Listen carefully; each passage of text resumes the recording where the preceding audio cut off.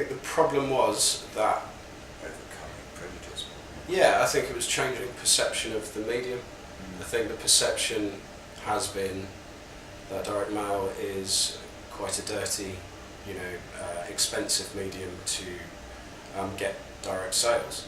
We had two business objectives in the brief. We were talking to 7,000 of the UK's top advertisers.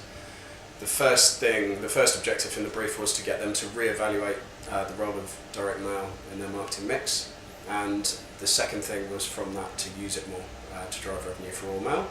I believe the proposition was that direct marketing can engage the senses to create longer lasting relationships with consumers. I think we literally spent an hour or so thinking, oh, we'll have a big box and we'll have a smelly this and a touchy that and a feather and all that. We thought, right, no, we'll go for a cup of coffee, which is what we normally do. So we literally walked down to the corner cafe, ordered our cappuccinos, and there was a moment of inspiration where we were not necessarily feeling lazy, but I was thinking, God, wouldn't it be an amazing challenge if you could just do this job in a letter? Anyway, I think we probably both looked at our coffee, both looked at our sprinkled cappuccino with chocolate and went, I know, we'll do a chocolate letter. So we said, job done, walked back to the production guy, said, we want to do a chocolate letter. He went, fine, no problem. It was that simple, really. We drew it up, presented to the client, 4 months later, in the post. The biggest thing the client was worried about was it melting, and that wasn't a problem at all. Just, no, it was no problem. It even travelled to many awards, Patrick, and over many months. And then when I arrived and saw, it was still in one piece. It was incredible. I mean, our quote that we used was, people say, they said it couldn't be done, but they had to eat our words.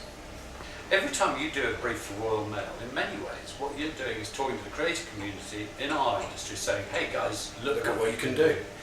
Well, we have, I think, we're in kind of looking after the account, we basically have to sell for Royal Mail what Proximity London sells as an agency, which is, the highest in class results getting DM, it's stuff that actually has to work, it actually has to have a really strong idea behind it. So yeah, the benchmark's always very high, but we have a client who's incredibly trusting, and we have pretty good communication. We can really kind of work with them, I guess. Yeah, I mean, Royal Mail have been are communicating in an ongoing basis with the marketing sector, and this was one of, we did 3 last year, and there's a plan for 3 more this year. So we did, Chocolate Letter was about the power of emotional engagement, and then there was another one about direct and digital working together, and another about the power of relationships, i.e. CRM. So each of them were dramatising a particular power of direct marketing, and to change perceptions about it. There were 7,000 mailed, and the budget was 210 grand, so it's 30 quid a pack. That's a pretty impressive budget to get given. How much chocolate did you eat? Tons of it. We stuffed our faces for 3 months.